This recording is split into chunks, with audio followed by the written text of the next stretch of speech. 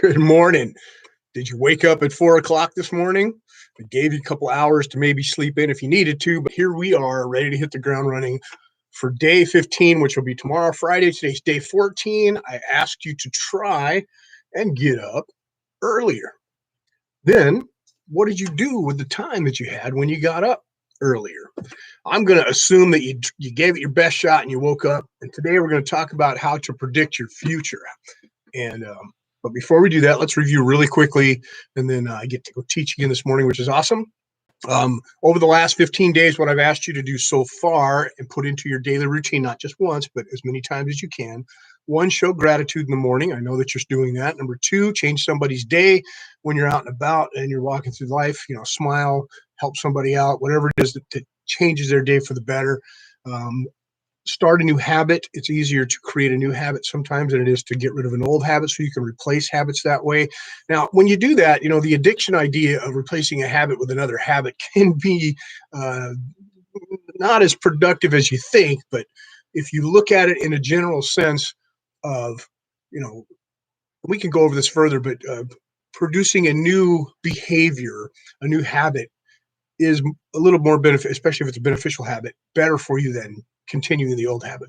That goes along with another one that we talked about, raising your standards, and what you think and say become your reality. That just goes into the law of attraction. Law of attraction's idea is that, what you think becomes your reality. What you speak becomes your day, becomes your belief. So, be careful, not only what you put in, but what you send out.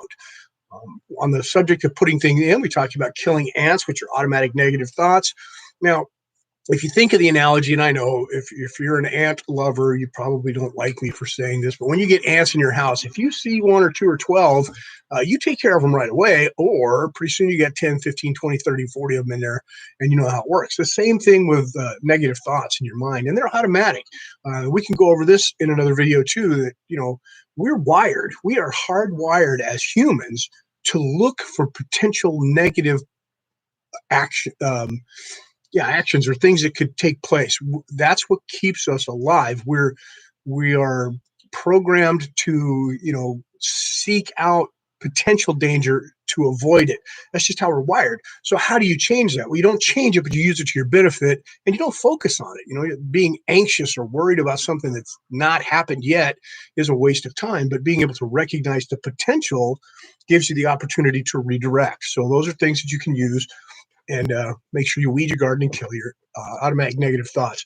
I had some people, one individual particularly, automatic negative thoughts every day. They would say things, and I remind them continually, but see if this is someone how are you doing? Well, it's just not a great day today. Oh, it's Monday. Oh, here comes Monday. Or man, it's hump day. Oh, I just can't wait till Friday. These are all not real negative speaking patterns, but if you look at the physiology and you think about what's really being said, is they've got one day a week they look forward to. And then over the weekend, they do things to their mind and body that trashes it and makes it harsh for the rest of the week. So I would love for people to have, that Sunday is the first day of the week. When you hit the ground running on Sunday and you make plans and you're moving forward, that's how it should be. And that's how you predict your future. You make it so. You make it happen. There's a lot of studies, and I'm sorry, I'll have to get the links for you, and I will. There's a lot of studies that tell you that before you go to bed at night, you can actually pre-program your subconscious mind for success for the next day. Predict your future. Now, how do you do that? Well, some of you are going to think there's a little bit out there, but this is one of the exercises. You live it out in your day, in your mind. You play it out already. How is tomorrow going to go for you? Think about that. You are the sum today of what you thought yesterday. Imagine who you can be tomorrow. Okay, so as you lay down in bed, or even before you sit up in bed, take your notebook, review your goals. You cannot write a goal down and just have it sit there and expect it to come true. You need to review them every day, every day, every day. Now, is this a to-do list? We're going to talk about that because I came on here and said to-do lists are the places where good intentions go to die. Somebody said, hey, I use a to-do list. Well, there's a difference between that and a calendar. We'll get back to that. So predicting your future with a calendar and a to-do list, you sit down and map it out. Let's say, for instance, a to-do list is the garbage, the car, the house. Got to remodel the bathroom. I need to clean out the pole barn. Got to rake. Got to mow. Got to do laundry. That's a to-do list of action activities, right? Things that you can do.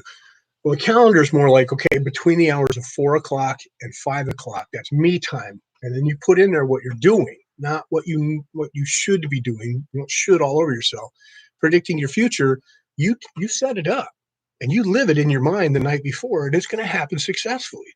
Are there going to be road bumps that you cannot predict? Maybe, but why would we focus on that? Right? So you lay down in between 4 and 5. It's your time. You get up, you exercise, you read a book, you turn on some music, you meditate, you do the cold water shock treatment to your body, whatever it is, that's your time. You take advantage of it, show gratitude, review your goals, hey, Jimmy, and make it happen. That's how you predict your future.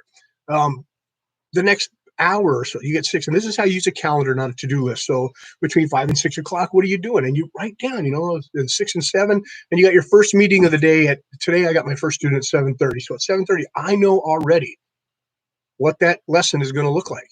I don't have it mapped out perfectly in my head because I never do. I allow the students' activities of their day lead me to what I know I can give them in the moment.